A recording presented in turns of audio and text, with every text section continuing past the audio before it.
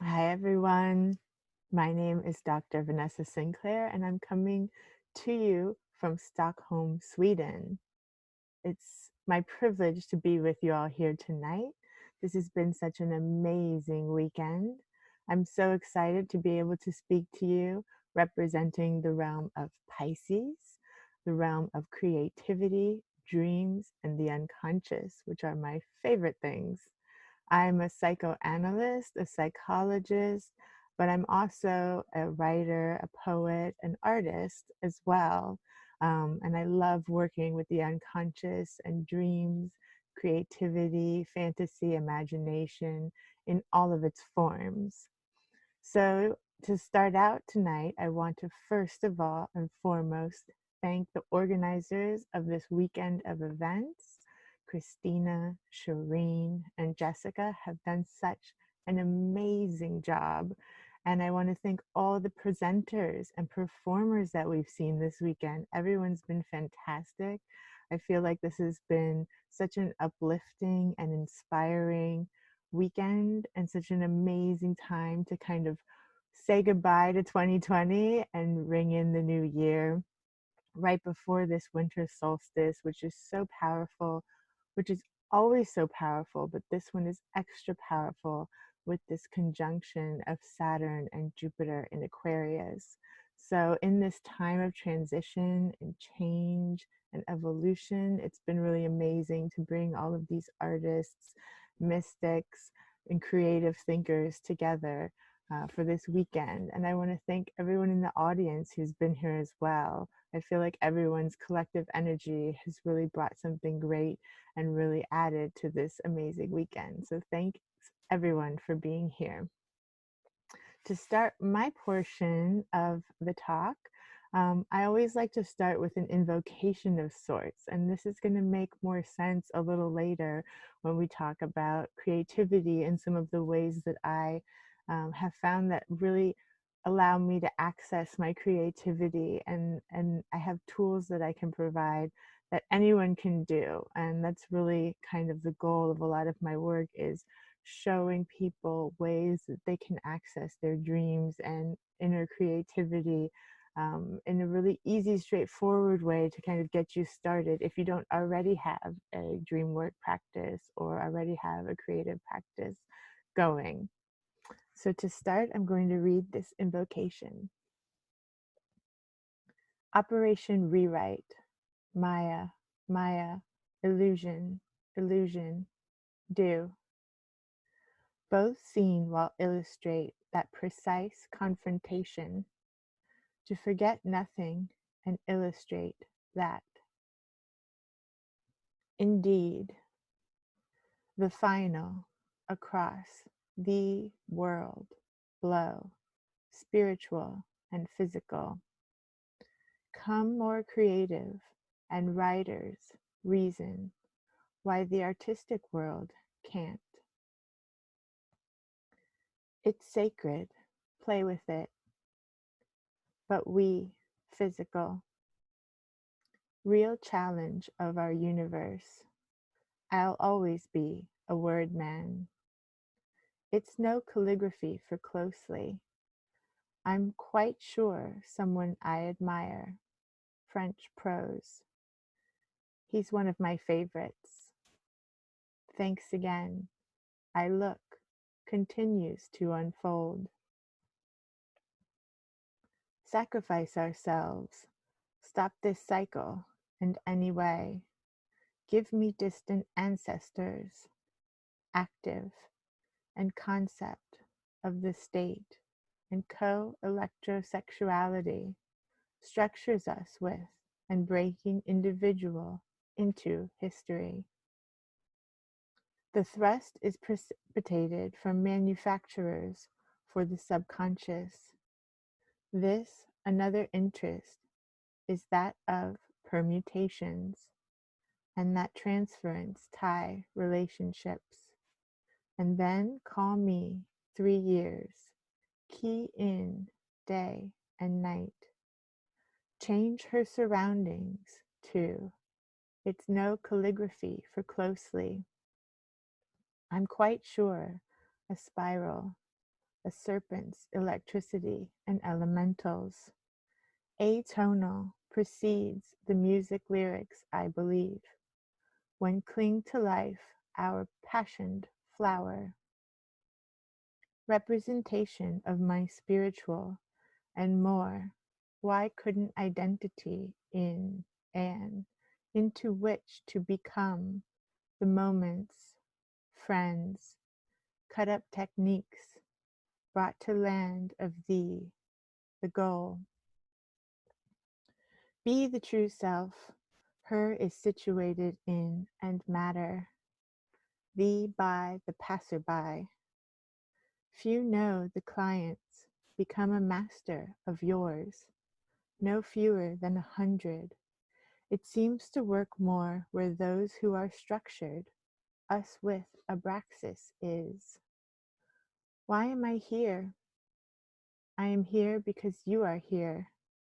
And let me quote to you, young officer, this phrase. No two minds ever come together without thereby creating a third, invisible, intangible force which may be likened to a third mind. Who is the third person that walks beside you?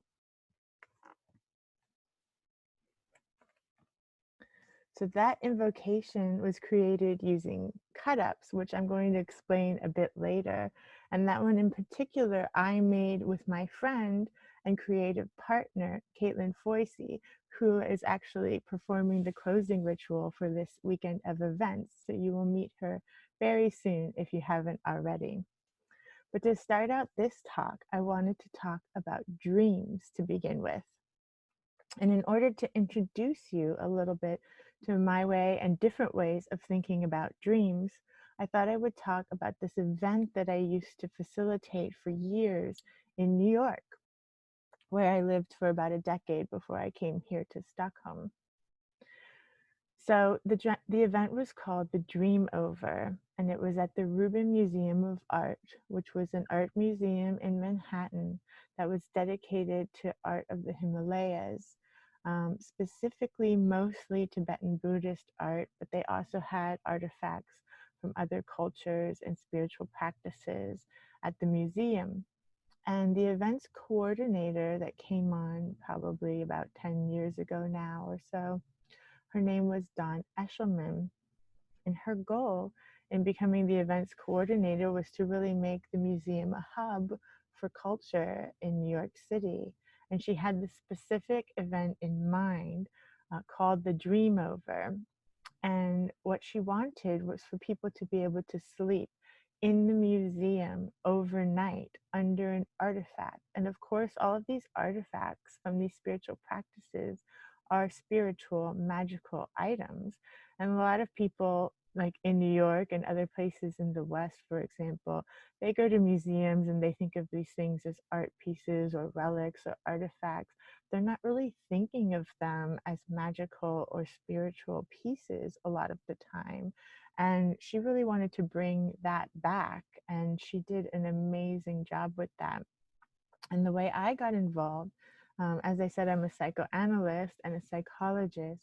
And when I was in psychoanalytic training at New York Psychoanalytic Institute, the Rubins were benefactors of the Psychoanalytic Institute that I went to. I talked about this a little bit. I recently had Shireen on my podcast, Rendering Unconscious, and I talked about this a little bit with her. And if you haven't listened to that discussion, that's something that you can listen to after this weekend of events to kind of keep the discussion going, because that's a great talk with Shireen as well. But to go into more depth here about what we actually did at the Rubin Museum, they came to our Psychoanalytic Institute, and we had like a dream resource study center where we would research dream work. And so we decided to work with the curator at the Rubin Museum to facilitate this Dream Over event. So guests were invited. It sold out every year immediately because there was limited seats, but I'd say there was about 100 sleeping places that people could have in the museum. So we had about 100 guests or so, and they would get their ticket, And they would be sent a questionnaire by the docents where the docents asked them specific questions about their life. Any dreams that they had that were maybe recurring dreams or specific themes that came to mind, colors that resonated with them, any specific colors that they really felt strongly about or resonant with, and any sorts of major life events that had a strong impact on their lives, whether they be something really powerful in a positive way or something traumatic, anything that really impacted their life and like really had meaning for them. So the docent sent all of the Dreamover guests this questionnaire, and then based on what the guests replied in their answers, the docents chose a piece of artwork or an artifact for them to sleep under. So every artifact was specifically chosen for each guest based on their answers, and that made it very, very special. And when the guests arrived the day of the dream over, um, they were all taken to their piece of artwork and they were able to sit with it for a while. And the docents read them a bedtime story. So the docents also not only chose the piece of artwork for the dreamer to dream beneath, but then they also chose a bedtime story, which was usually, a lot of these artifacts were specific deities, bodhisattvas, or, the wheel of life, or wheel of samsara. There was different artifacts that had specific meanings or stories or mythologies already tied to them. And the docents would kind of weave that mythology or history into the bedtime story that they would tell to the dreamer. So that was really amazing as well. And then my job was to collect a bunch of other psychoanalysts in training and psychologists. And we would also sleep over in the museum, but we all slept together in the kind of auditorium of the museum as one group. And before everyone went to sleep that night, um, me or a different psychoanalyst would give a talk about psychoanalytic theories around dream work and ways of thinking psychoanalytically about dreams. And then we also had a lama come as a guest, and he would speak about the Tibetan Buddhist way of thinking about dreaming. And the great thing about that was to see these different perspectives, because from a psychoanalytic perspective, let's say specifically Freudian to start with, first of all, I'll tell you a little bit about how Freud started. And he actually, basically, the entire field of psychoanalysis began by Freud analyzing his own dreams. So his first book, that was his first major psychoanalytic work, was called The Interpretation of Dreams. And it was a book where he wrote detailed accounts of his own dreams and then his own associations to his dreams.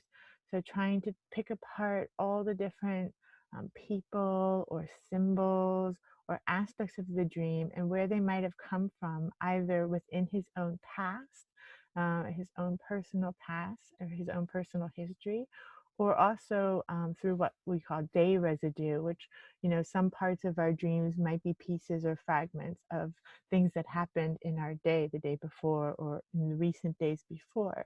And you can often find those themes. The way I like to think of dreams is that something happens in your day-to-day life that kind of triggers or touches a part of something that has happened in your past and kind of brings it up to the surface for another look, basically. And so that's why certain things may come up at certain times. If we've ever had something happen that was really powerful but similar to something that had happened that was equally powerful from our past, we might start having memories of that previous event come up at that time. But it could also be something not particularly noticeable in your day-to-day life, but still has a resonance with something from your past and might bring up that memory and something that you had forgot about a long time ago and don't feel like was very meaningful at all. But maybe it did have some meaning that you weren't really aware of at the time, or maybe something that didn't seem really important back then might have new meaning in your life now as you've grown older. So things like that are always interesting to think about. And then, of course, with Jung brought in the collective unconscious, and that we're not just drawing from our own personal unconscious, but that we all have a collective history together as humanity, which of course we do. And so things that could be brought up could be not only from our own personal history, but could be from an even deeper collective history of mankind. And then the way that the Lama described the dream work was he described it as a practice of yoga, where they actually think about it as trying to become lucid dreamers. So they have a practice actually where when they go into the dream states, they have certain meditations that they would do before going to sleep each night. That through these practices and meditations, they learn to be able to realize that they are dreaming while they are dreaming, and are therefore able to kind of wake themselves up while they're in the midst of dreaming. So not like wake themselves up out of the dream, but become aware. They can grow an awareness of themselves dreaming while they are dreaming, and therefore can start becoming um, more agent in their dreams, like having more agency over where the dreams are going, and start directing the dreams and the dream work, rather than it just being like kind of a flood of random images or powerful associated images from your past that are just coming at you and communicating something to you that you don't feel in control of. They had a very different idea where you could actually become in control of your dreams while you were in the dream work through meditation and practice, and become a lucid dreamer where you start guiding your dreams and your dream work more intentionally. So to me, that is extremely fascinating. I have had periods of my life where I've been able to lucid dream more often than others. And for me, it really fluctuates. But of course, we all also have very different ways of dreaming, and also different dream recall. Like for me, for example, I've always been a very vivid dreamer, and I've always remembered my dreams upon waking. Not all of them, of course. There's so much that goes on in our minds each night, but usually every day when I wake up, I have fragments of dreams or my most recent dream fresh in my mind. And usually, if I write it down, not even necessarily first thing in the morning, it usually kind of sits with me most of the day. And I'm very fortunate in that respect that I'm able to access my dreams pretty easily and readily in that way. It could also be because I have had a dream practice where I do write down my dreams most days. I can't say every day. I always try to tell people there's all these things that we would love to do every day. I would love to go for a walk and do yoga and do my breathing practices and meditate and write down my dreams and work with my dreams and make some art every day. But of course, we can't have time for everything every day. But what I like to help people to think about is just try to get one of those things at least done every day, like do something, do some meditating or do some yoga, do some dream work or something creative. But I definitely encourage everyone to integrate these kinds of spaces and work more into our day-to-day lives, even just a little bit. Like I said, just one thing at a time. If we try to make too many changes all at once, often it kind of backfires and becomes overwhelming, and we kind of revert back to old patterns and habits that don't include any of those things that we're trying to integrate for our health and well-being. So if you just try to integrate a little bit at a time, it tends to work a lot better. Right now, with the pandemic, I have myself on this sort of like week schedule where I try to get all of these things I like to do done at least once a week. So I try to do like self-care. I make sure I get outside, even though Stockholm is really dark and rainy right now. I try to make sure I go outside for a walk, a long walk, like for an hour and a half, at least once a week. I usually do it more than that, but I want to make sure I do it at least once a week. I make sure I get some yoga practice in at least once a week, some exercise with weights at least once a week. I do do breathing exercises every day, and that's just a way that I found to manage my physical and mental health. It just really helps to balance me to do breathing practices. So those I do almost every day. I can't say every day. Um, and then creative and artistic practices and dream work, I try to make sure that I integrate that in at least weekly as well, but I do that more than once a week as well. So try to work with yourself, and these things also might change over time. Sometimes you might be able to do things daily and sometimes you might not. But I think the key is to not beat yourself up. People get so mad at themselves or feel guilty or ashamed that they're not able to do all the things that we want to do. But the key is to not be upset with ourselves, and sometimes it's helpful to think of ourselves as we would think of a friend. Like, would you be mad at your friend if they weren't able to keep up with all of these practices every day?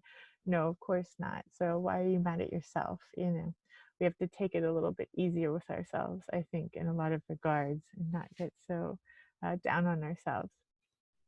So anyway, um, at the dream over, I'll go back to that and talking about the llama and the lucid dreaming. Basically, what would happen that evening was that, I or another psychoanalyst would talk a little bit about these psychoanalytic points of views with dreams and give some hints. So some things that you can look for when you are trying to remember your dreams or have dream recall.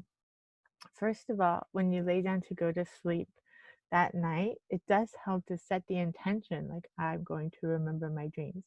And always when setting intentions, I like to think of it as not saying, I want to, but say you will, or you are, or you have, like you have already. I remember my dreams, you could say it in the present tense, or I remembered my dreams, rather than saying you want to. Say it in a way that it's already happened or that it is happening now. But set that sort of intention before you go to sleep for remembering your dreams. Maybe if you don't already have a journal next to you with a pen, a little notepad, at the Dream Over event, we would provide everyone with a little notepad and a pen or pencil so that they could easily write down any notes if they woke up in the middle of the night, write down any notes about their dreams. And a lot of people there did wake up a lot during the night, or even weren't able to sleep very deeply at all because they were sleeping a lot on sleeping bags on the floor, since they were in a museum, not home in their comfortable bed. But that actually can sometimes help people to remember their dreams, as their sleep isn't as deep, and so they're kind of sleeping more closely to the surface, so to speak. So some people found that helpful. Other people really need that deep sleep to be able to remember their dreams and weren't able to remember their dreams. So another thing is to not be disappointed if you don't remember your dreams that day, because it's going to happen. Sometimes we just don't. And we don't want to beat ourselves up about or get too upset about that either. You can also, even if you are setting an intention when you go to sleep to remember your dreams, even if you don't remember dreams when you wake up, you could still write about how you slept, like the physical aspects of like how you slept, what it was like falling asleep, if you were able to stay asleep, the way your sleep was, what it was like. You could write down things like that and just get yourself into the practice of writing something down about your night or about your sleep until you are able to remember parts or fragments of dreams. And another thing to remember is, you don't have to remember the whole dream. One of the great things about the unconscious is that everything is connected, just like life. Everything is connected in our unconscious, both individually and collectively. So if you can even grab just the tiniest little fragment of a dream, like a color, like I remember someone was wearing a red dress. I actually wore this dress today because last night it was in my dream. I was wearing this dress in my dream last night. And I said, well, then I'll wear that dress for the talk today. Things like that I love to integrate into my life to kind of bring my dream and waking life together a bit more. But even if you can just remember a tiny fragment like that, a person, a name, anything, even just a feeling or like the sense, we also often have that sense of having things be on the tip of our tongue. That's really common when trying to remember dreams. And it's because what's called our psychic sensor is trying to keep this unconscious material out of our waking mind. Because the way that our minds have developed is that, we have to repress a lot of material in order to function in our day-to-day lives, because our minds are actually so perceptive and so expansive that if we were aware of everything that our senses and our minds were aware of all the time, I mean, I don't even think we'd be able to move around. We would be so overwhelmed by this input of sensations. Because if you think about it, just think about our eyes and our senses. We're constantly feeling temperature, feeling things around us on our skin, feeling the weight of our body. Our minds, our brains, our body is aware of all these different sensations happening inside our body. And if we were aware of that, plus all of the sensations coming at us from the outside, I mean, they say, like, for example, when we're riding a bike down a street, we're just riding our bike down the street, focusing on the road in front of us. But our mind, our brain is picking up all of these things all around us in our peripheral vision. And like they say that we can see the house numbers, for example, the apartment numbers, the street numbers, all the way down, up and down the street. We see all of that, even though our conscious mind isn't looking at that. So the difference between what we're consciously aware of, which is what Freud called our ego, that part of us that we identify as ourself, because that's the part that we're consciously with all day, day in and day out, is a very, very small part of ourself. And our actual self, our unconscious, is aware of so much more, not only in our immediate surroundings, but also in our memory and our past. I mean, all of the things that have happened to us in our lives are stored in there, and we don't have access to them normally in our day-to-day lives. But when we're dreaming, a lot of that information will come up. And it usually, if there's anything specifically that we had repressed, that we hadn't dealt with, that kind of wants to be looked at again, or maybe is a sore spot or something that hurts a little bit, that feels that we haven't addressed it enough, it'll want to come up to the surface. I like to think about it, don't think about our conscious and unconscious selves as different. A lot of times our unconscious self, or what some people call our shadow self, a lot of times it can feel very foreign to us because it's not been integrated as a part of our waking life or our day-to-day kind of ego self that we're used to identifying with. And a lot of times it can feel very foreign, and that can feel scary to people. But it's us, it's all us. And so don't think of it as like this other person or this other part of yourself. Just think of it as yourself communicating with yourself. Um, and our unconscious is ourself, just as much as our conscious self is. And when things come up, either in our day-to-day life, or as memories, or as fantasies, or in our dream life, they're coming up for a reason. So instead of thinking, oh, that was weird, and like not paying attention to it, think about like, why is that coming up now? What does that mean? And even if you can't find like a rational narrative meaning, just think, what does it remind me of? Like, what other times in my life have felt similar? Or what other people have felt similar? Why am I thinking about that person now? I haven't thought about them in 10 years or 20 years. Why might I be thinking about them now? Is there someone in my life, my present life, that might have a similar dynamic as them, that might remind me of them for some reason? Or am I entering into a relationship that's similar, feels similar to the relationship I had with that person in my past? Another thing that Jung added, which I think is really wonderful, and I love to use all of these kinds of different ways of thinking about dreams, is Jung would say, when you're looking at different people in your dream, not to think of them as those specific people, as external to yourself, but actually think about, who does that person represent as an aspect of myself? All of these different people might represent different aspects of myself that either I'm aware of or not aware of, or aspects that I would like to have integrated into myself. I'd like to be more like that person, or that person brings this part of me out. So you could think about people, for example, people that pop up in your dreams as maybe those specific people and why that person's coming up now. But you can also think about them as, what aspect of yourself does that person resonate with or represent as a symbol in your life? So that's another thing that you can think about when thinking about dreams. Things to look for in dreams that are usually specific memories coming to the surface. Any numbers that come up in dreams.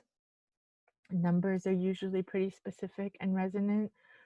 Sometimes they're phone numbers, old address, or just a number that resonates. Some numbers feel magical and have specific significance for you.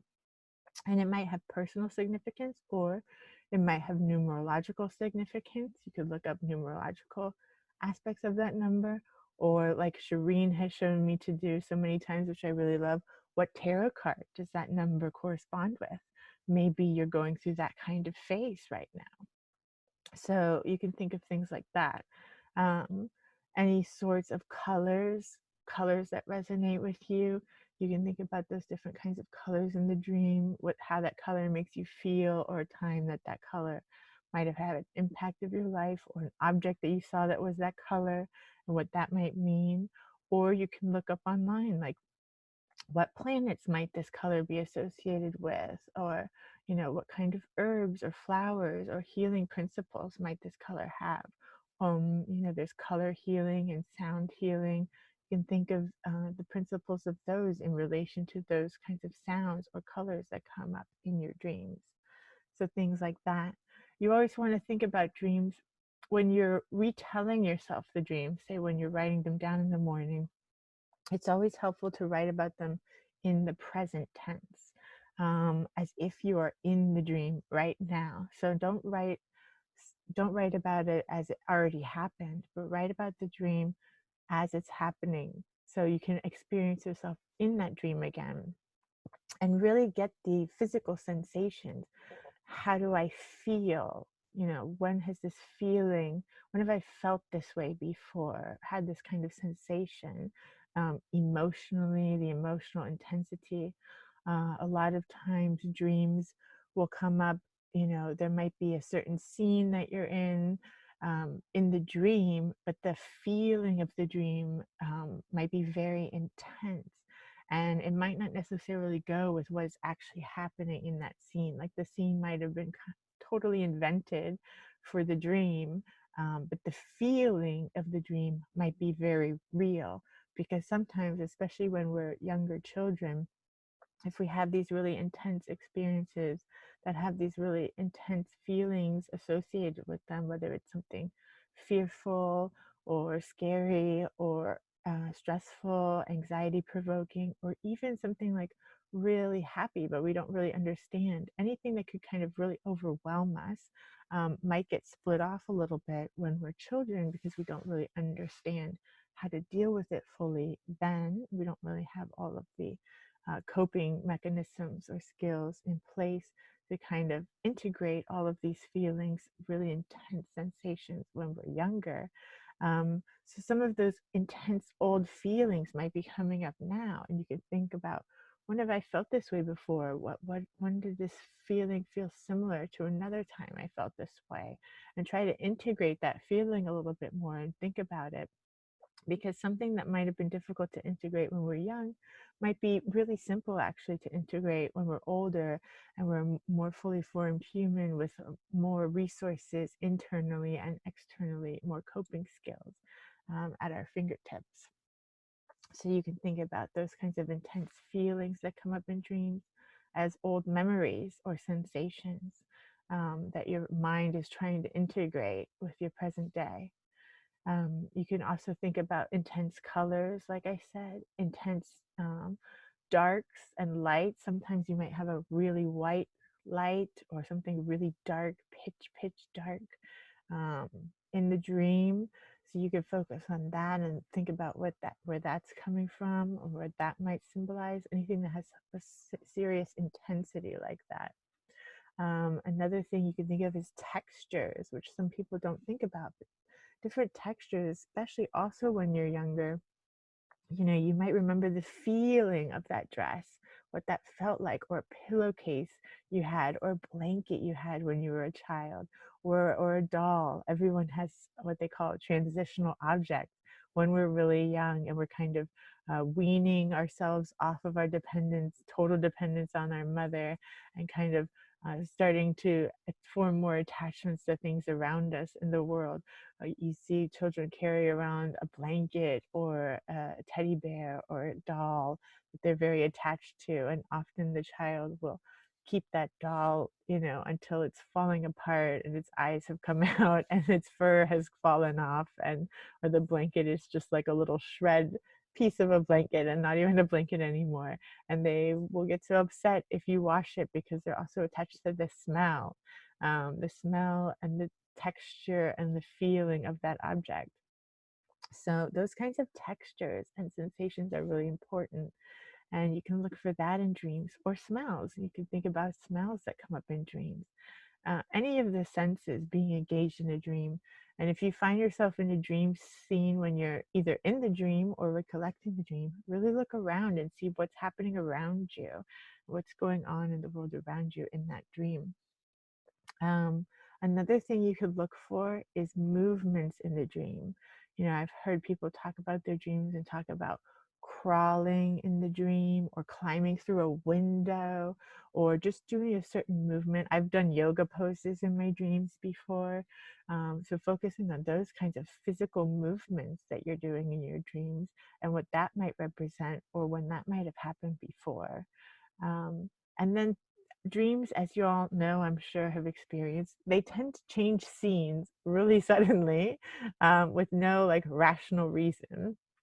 And so when you're narrating the dream, a lot of times what we do is we try to take all these fragments or these scenes from the dream that are really disjointed, and like right now we're in a kitchen, and then all of a sudden we're in a cave, and now we're in a forest, and now we're in our house, and now we're at our old school, and now we're in our childhood home, and it's just, it just flashes from one thing to the next. And that's because the dreams are just associating places or people or times with one another, and kind of moving from one association to the next in this kind of chain. But what we do in our waking rational mind is we try to make sense of it, and we try to tell a story. Oh, I was here, and then I was here. And we try to figure out why these things made sense together. And that's a great thing to do, but you also don't have to necessarily do that. You can just kind of take each scene or each person or each object really on its own, because every single one of the things in the dream will have a multitude of meanings. In psychoanalysis, we call these things displacement and condensation. So what you're looking for are displacements and condensations in your dream. And every object in your dream is actually usually a condensation of a multitude of objects or scenes or sensations in your life. So, for example, say the other night I had a dream with Alexander Skarsgård in it. He's like my go-to Swedish symbol. Like anytime I dream of a Swedish person, it's just like him. But also like maybe he's a conglomeration of like, oh, I saw him on a TV show the other day, and then maybe he represents something about my husband who is Swedish, or maybe he represents something about like a childhood friend that I had who was tall and blonde. Or maybe my father. My father was tall and blonde when he was young. So maybe that this person that is in the dream isn't really Alexander Skarsgård, for example, but really maybe is a combination of all these different people that are important to me in my life, and they've all come together in this one kind of symbol of this person who's actually not as important to me, and therefore that's why he's actually allowed to appear in the dream. Because what our psychic sensor does is it actually decides what material is allowed to come up from our unconscious mind and come into our conscious mind. So if something is too intense or too painful or too charged with like psychic energy, the psychic sensor says, no, that's staying down here. But if our mind can kind of mask that thing that is too intense for us to deal with, if it can mask it and cloak it in something that's a little less intense for us, then then it'll kind of pass through the psychic sensor. The psychic sensor will either not catch it or will allow it. It'll be like, okay, like, no, I'm not going to allow this memory that you had with this tall blonde boy, when you were 15 or whatever, to come up, or this memory of your dad, or this feeling about your father, or whatever, to come up to the surface because it's a little too intense right now. But sure, we can have Alexander Skarsgård, and he can represent all of these people for you. And he can be in the dream instead, because I don't really have an attachment to that person. So that's called displacement. That's an actual example of both condensation, where all these different figures from my past life have been condensed into this one figure of this person, but also displaced because it went from being people in my real life and displaced under this person who's just a symbol, or someone that's kind of in the broader cultural knowledge that I don't have a real attachment to. So it's been displaced onto him, and then he's allowed to come and appear in the dream, whereas these people who really were in my life are not able to get through the psychic sensor. So that's an example of how that can work from my own life. And yeah, I think that's a good group of different things. Of course, like I said, numbers, any names, anything like that. If we go back to the dream mover at the Rubin, what would happen there also is that because these pieces, these artifacts, are from spiritual practices, religious practices, a lot of them were of deities, bodhisattvas, holy people, different monks or leaders, spiritual leaders. And sometimes what would happen to the dreamers that were there was that the guide or spirit or deity would actually come down and give them a message. So that's another thing that can happen. And that wouldn't, most psychoanalysts wouldn't say so. But of course, that's another way that dreams can be vehicles. They can be vehicles for messages from kind of these sorts of higher powers, or from our higher self to ourself, or from ancestors. That's another thing we can think about, is our ancestors. And they also, that's another great thing to think about when you think about the realm of the unconscious. Pisces is our ancestors, and working with our ancestors, and they can also often come to us through dreams, whether we've met these people specifically or not. That's a way that kind of our ancestral heritage can communicate with us. And ancestors, you can think about ancestors as being blood ancestors, which are like the ancestors of your actual genetic lineage. But you can also think about adopted ancestors. And adopted ancestors could be anyone that's been like spiritually or creatively or just meaningful for you in your life. A lot of artists have other artists that they look to or looked up to, that influence their work.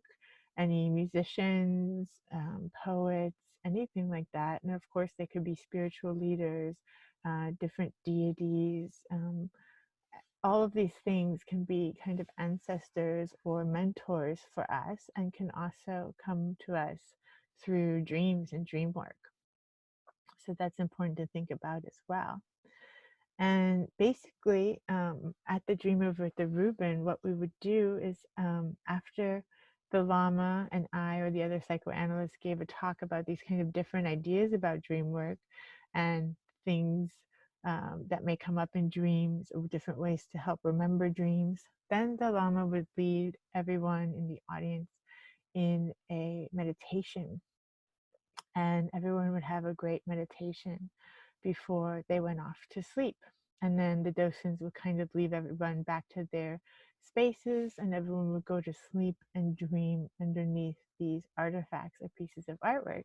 And then me and the dream gatherers, we called ourselves, we would go to the auditorium and help kind of clean up, and then we would all sleep there on yoga mats and pillows. So sleep very lightly on the stage overnight. And then around 5 in the morning, we would wake up and have a little breakfast. They had, of course, the cafe at the museum, and they were so wonderful at the Rubin Museum. If you're ever in New York City, you have to go there. It's such a fantastic place, and Manhattan is so bustling and busy and kind of hectic all the time. And the second you walk into the Rubin Museum, it's just like complete stillness. I mean, it's such an oasis in the middle of that city. It's incredible. So I highly recommend going there if you're ever in New York, whenever travel happens again. But they would leave the cafe open all night, called the Night Owl Cafe, for anyone who couldn't sleep, or like to stay up a little later than when everyone went to sleep, which I think was around 10 or 11. And they had like cookies and snacks and tea, and people could go there and read or write or talk to other guests in the middle of the night if they wanted. So we woke up as the Dream Gatherers around 5 in the morning and had a little bit of coffee or tea and some snacks for breakfast. And then basically, I had assigned a few of each of us to each floor in the museum. So there were 5 floors of the museum. And we would walk around. The museum was also situated around a central circular stairway, and we would walk around the museum because it was circular. We'd walk around the different floors, and while people were going to sleep the night before, they also would have some beautiful musician, like a sitar player or something similar, play this like beautiful music for everyone before they would go to sleep, while they were going to sleep after the meditation. And then us dream gatherers would get up and we would start walking around circularly around the different floors we were assigned to, and see if anyone was awake, if anyone was dreaming, if anyone seemed to be stirring easily. And we would start gathering the dreams. We would just go up to people and ask them, how are you? How was your night? Do you remember any parts of your dreams? And they would talk to us about their experience of the night. And if they did remember any of their dreams, a lot of people did, but of course some people didn't. But if not, then we would talk to them about, what their experience was like sleeping in a museum. That in itself was pretty amazing. Um, so that would take a while, a couple of hours. And then after we'd collected everybody's dreams, then everyone would have breakfast. But then after the breakfast, we would meet in process groups where each floor was led by a different psychologist or psychoanalyst. And we would have a process group where people would process the experience of what it was like sleeping in the museum, what their dreams would like. If they wanted to share, they could talk about it there. And one of the things that came up in the process group one year when I was leading it that I wanted to share with you all is that I mentioned that I really think that we need to make it so that our day-to-day lives and our dream lives are kind of more similar. Of course, they're not going to be the same, but we want to like bring them more in line so that they don't feel like our dream life doesn't feel so foreign to us as it does to our waking mind. And one of the guests said, but I don't want to make my dream life more like my waking life. And that is not what I meant at all. I just wanted to make sure that's clear. I don't think that people should rationalize their dream lives kind of away and have our ego take over more with its rational way of thinking. But instead, I think it would be great for our waking lives to be a little bit more surreal, because I think in actuality, life is pretty surreal. And especially, if you follow Jung and synchronicities, I mean, there are synchronicities happening in our lives all the time. And if you're in tune to that and aware of that and looking for that, looking for synchronicities, you find these moments of meaning in your life all the time.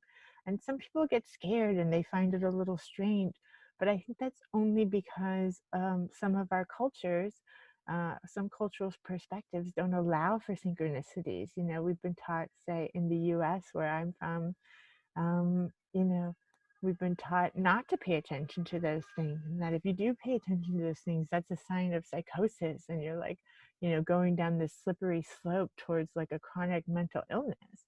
And that's not the case at all. And of course, a lot of other cultures do not think that way. A lot of indigenous practices do not think that way. And I think a more holistic, animistic way of thinking that allows for synchronicities, allows for communication from the outside. The world around us is communicating with us. This is not a one-way street. We're not the only ones communicating outward. Communication is coming from inside of us to our conscious selves, to our egos, from our unconscious. Communication is coming from the collective unconscious, and the collective society. Communication is coming to us from the natural world, from the earth, from the animals, from nature, and communication is coming to us from the stars, from the universe, through astrology. And the fact that humans have devised these different ways that are thousands of years old to understand this communication is fantastic and amazing. And we should use all of those tools and resources. So that's what I think. And I think that instead of being frightened when we notice these kinds of communications or synchronicities, we should feel like I've learned to feel. That makes me feel like we're on the right track, you know? Like, oh, okay, even if things might seem uncertain now, like, especially now with the pandemic, and there's been a lot of uncertainty and there's been a lot of death, and it's been hard for a lot of people, for most of us, actually. Seeing these synchronicities and the numerology and paying attention to the astrology and trying to understand the bigger picture and the bigger work at play really can help and provide comfort and security and understand kind of our place in the world better. So I think those are all great things, and I think those are all tools that should be absolutely utilized in our day-to-day life. And one thing I wanted to talk about, now that we've talked about kind of dreams intensively, is integrating this kind of work with dreams. And what there's a psychoanalyst from Britain called Donald Winnicott, and he talked about psychoanalysis, creative spaces, the making of art, and creativity, dream work, and children in the act of playing. He called all of these things transitional spaces. And I really think that as adults, we need to integrate more of these transitional spaces and transitional actions in our day-to-day lives.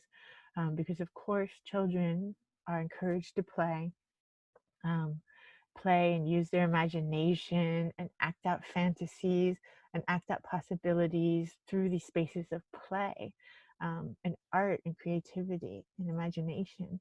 But as adults, we're encouraged not to do that so much anymore, to focus on work and not to have so much time for ourselves as play.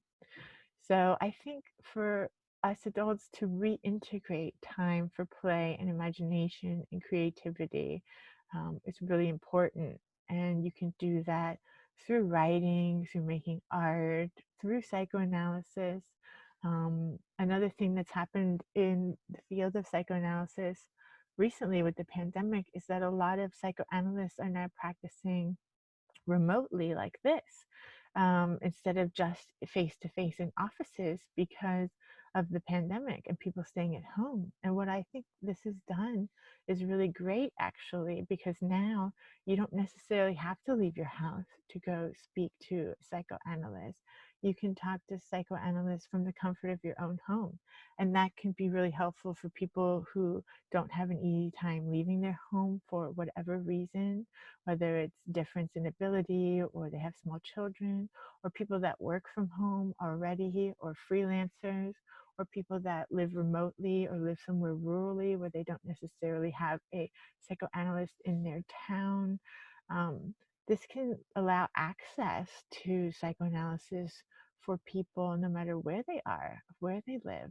And I think that's going to be really revolutionary actually in the long term in the field. Um, so, if you've been thinking about doing this kind of talk therapy, psychoanalysis, but haven't done it, this could actually be a really great time to do something like that because you are able to see an analyst now from your own home, which is amazing. And it's actually now becoming quite the norm in the field because of the pandemic. And I think even when people do start going back to their offices and seeing people in person again, a lot of psychoanalysts that I know are going to continue to have this be part of their practice where they see people remotely. So that's great. You can also do kind of your own self-analysis, which is actually what Freud did. Like I told you in the beginning, he started the field by analyzing his dreams and analyzing himself. And one of the ways he analyzed himself, it always helps to be talking to another person, but he basically wrote letters to one of his mentors and friends and wrote all of his ideas and thoughts and things he was learning about himself through analyzing his dreams. He would write these to Wilhelm Fliess.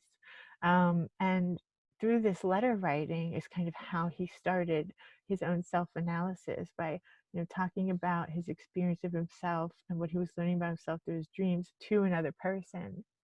So writing letters like that can help, whether you actually write them to another person or you could just write it as if you are speaking to someone, like have someone in mind that you feel would be a good mentor for you and just write as if you are talking to them, whether or not you actually show them the letters or not. You could do something like that. Or something I like to do, because I've been doing my own self-analysis for a while now, I just used my phone and used the recording voice app on my phone and kind of talk through the psychoanalytic process since I'm so familiar with it, having been doing this for how many years now? Almost 20 years, 18 years since I've been doing this for a long time now. Yeah, I just talk to the voice recorder in my own phone and kind of do my own self-analytic work that way, talk about my dreams and let myself associate. And one of the great things about just speaking freely in that way is that, just let yourself, people often apologize for going off on a tangent or like having something, their thoughts lead them in some way that wasn't the way they intended. But that's great. We love that in psychoanalysis. Like go off on those tangents because they're all leading somewhere and don't feel like they're something random or something misdirected or something that's not important because it's all important and it's all information. So feel free to associate and go on tangents. I think we need more of that actually. I think that helps us get out of our kind of rational, narrow-minded way of thinking and more into our unconscious way of thinking, which is, it's got all these associations. Freud, I like to think of our unconscious as kind of like a web. Freud called these points where things connect nodal points. So a dream could be connecting like a nodal point, or these kinds of places where I described like the condensation happening, where all these different figures from your life kind of condense into this one similar characteristic that comes up. That could be a nodal point, but there's so many webs and intersections happening in our unconscious, and everything is connected to everything else through these kind of web of associations. Um, People call them now signifiers, the sliding of metonymy and metaphor. Metaphors is another way of thinking about condensation, and metonymy is another way of thinking about displacement. So the sliding of metonymy and the condensation of metaphor creates all these different kinds of scenes or symbols in our mind, but they're all connected. And so if you can just access one, it can lead you to all sorts of other places in your mind. And think of it as kind of a trip or an adventure. Go off on this tangent with yourself and see where it leads, because you might learn something really interesting or fun about yourself. And it's all information. It's all part of the learning process. So that can be really fun as well. And then as far as creativity, the way I have found that it is so simple to access your creativity that anyone can do. And an example of one was what I read in the beginning as the invocation is cut-ups.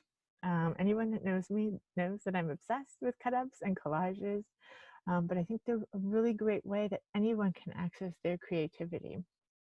And the reason it's so easy is because you don't even have to have your own writing.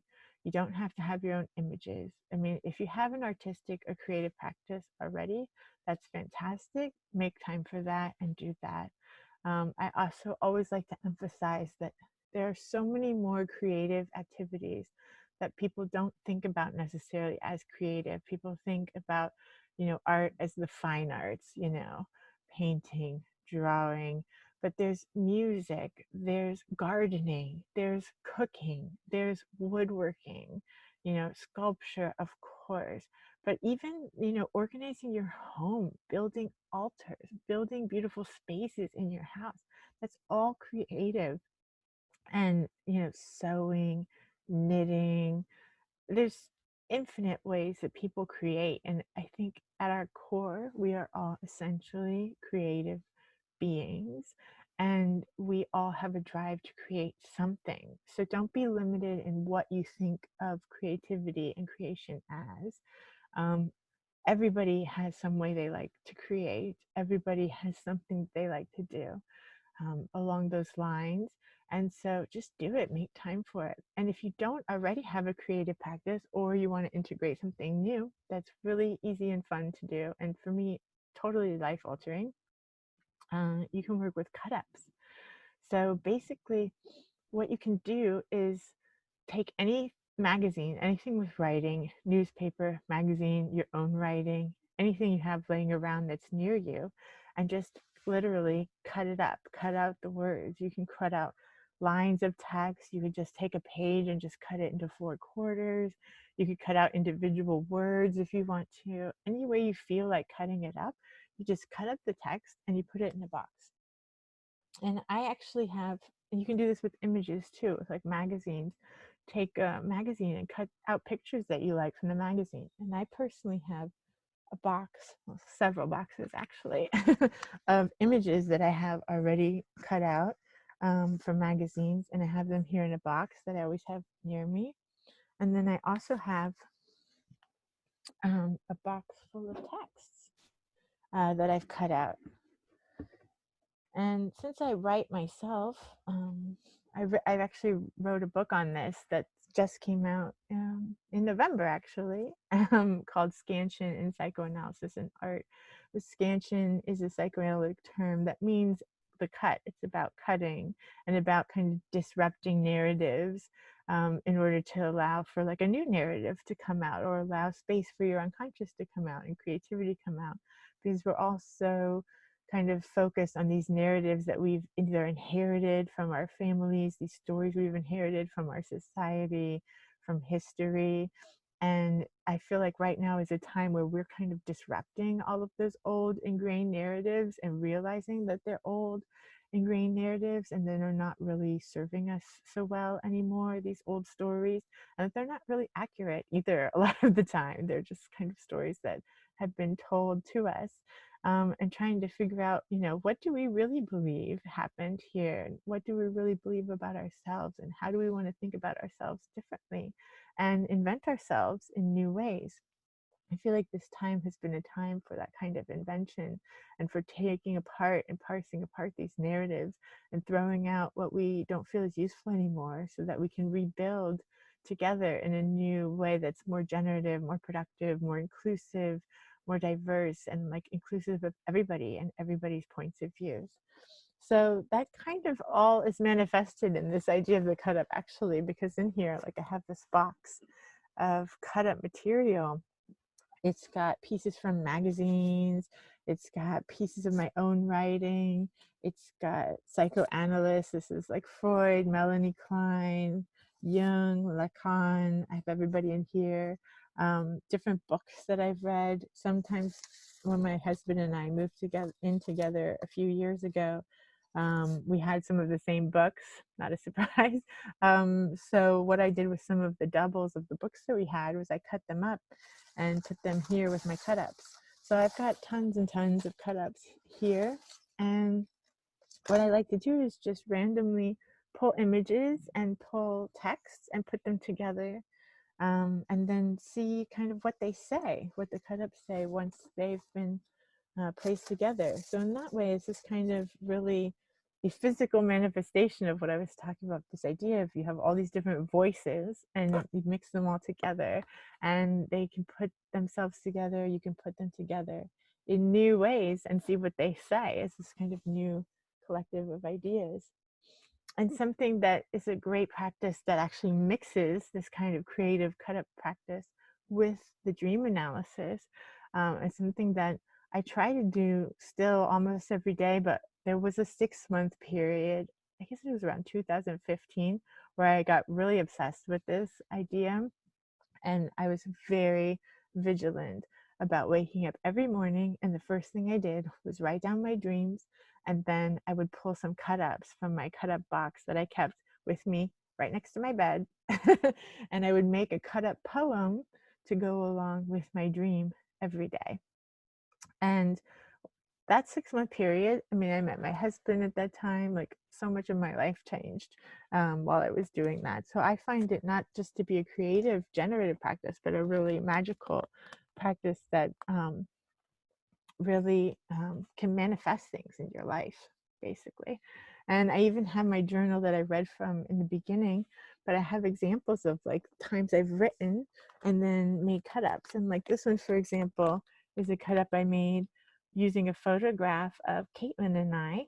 And that's Caitlin Foisey and me, and then some cut-up poetry here in my journal.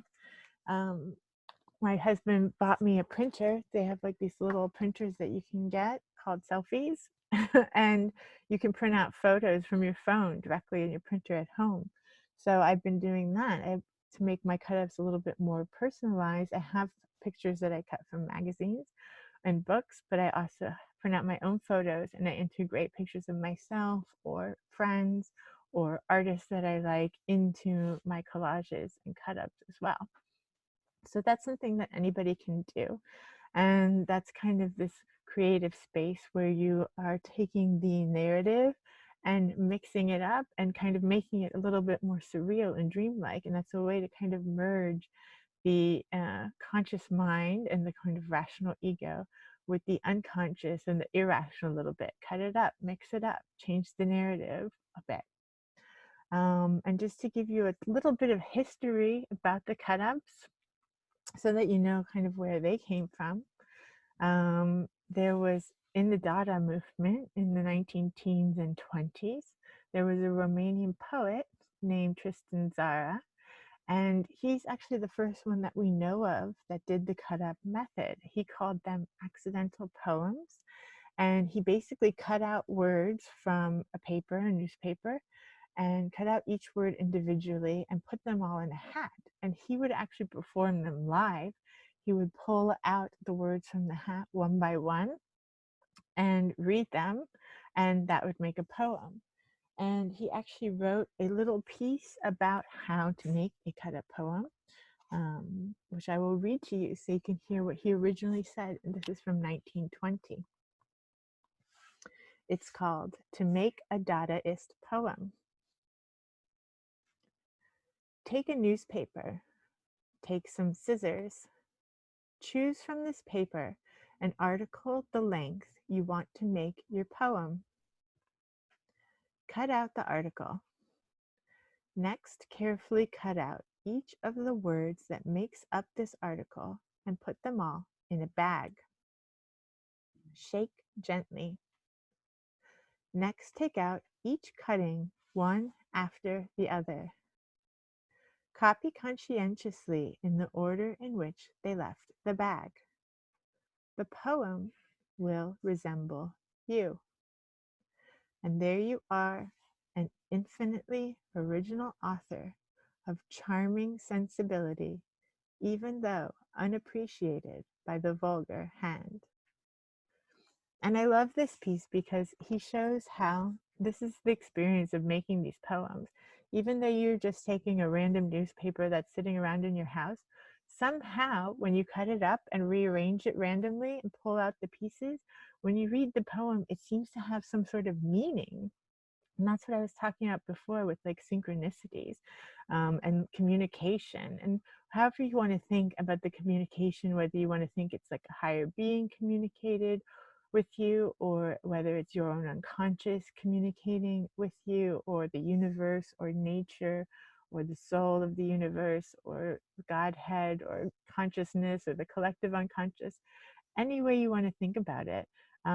This sort of communication comes through the cut up poems when you cut up language in this way and rearrange it. And it's very uncanny, and I can't explain it. And I don't know anyone who's explained it, but it just happens. And the only way to really understand it is to kind of see for yourself what happens. So I encourage everyone to do these cut ups, because the next kind of pair of people who did a lot of work with cut-ups was William Burroughs and Brian Gysin. When Brian Gysin kind of rediscovered this method of Tristan Tzar's when he was in the Beat Hotel in the late 1950s.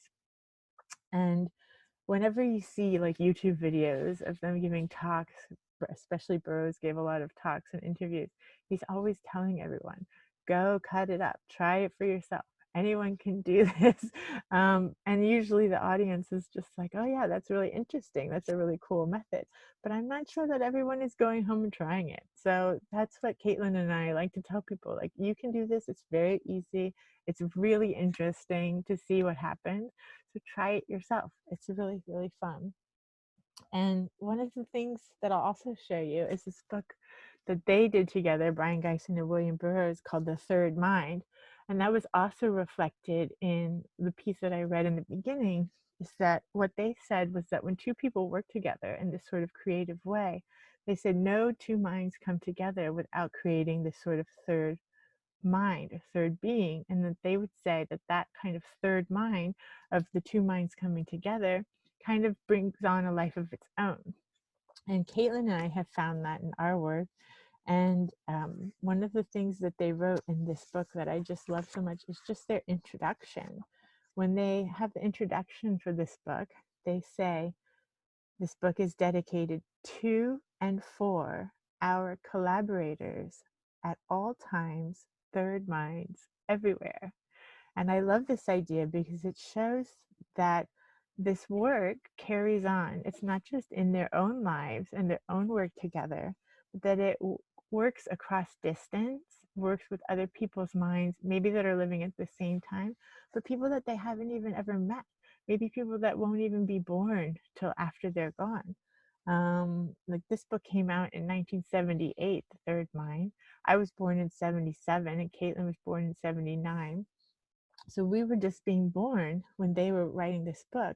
And then we became kind of third mind collaborators because we cut up their writing and their work a lot and integrate it with our own work. And then other people might cut up our writing or our work and integrating their work in the future. So this kind of thing has longevity, and it cuts across time and space and culture, and even across the boundaries of kind of life and death. And I think that's a really interesting way of thinking about it, and really creative and beautiful as well. And the last thing I'm going to show you guys is my own book of cut up poetry. This book came out originally in 2016, but it was just republished this year, also in 2020, called Switching Mirrors. And it's a whole book of poetry that I made using this kind of cut up method. And this book is really specific. I'm working on a second book of cut up poetry now. But this work is very specific in that I was like a cut up purist when I made it.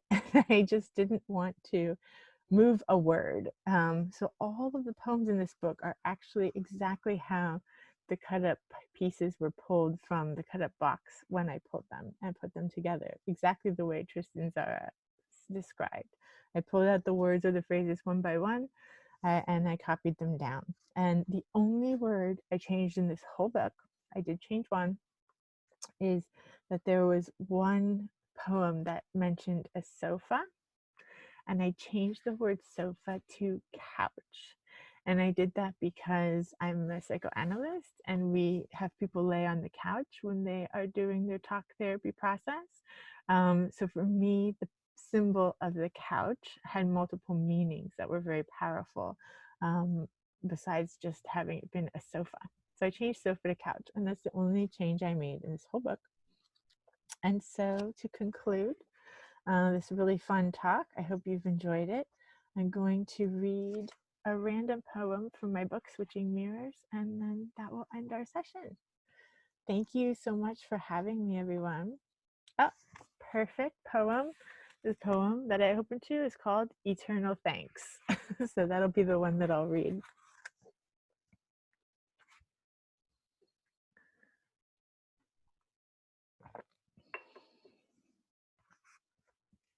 Eternal thanks of the human proponents of been.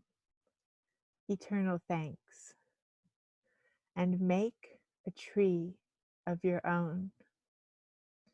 This is impossible, but the best possible way.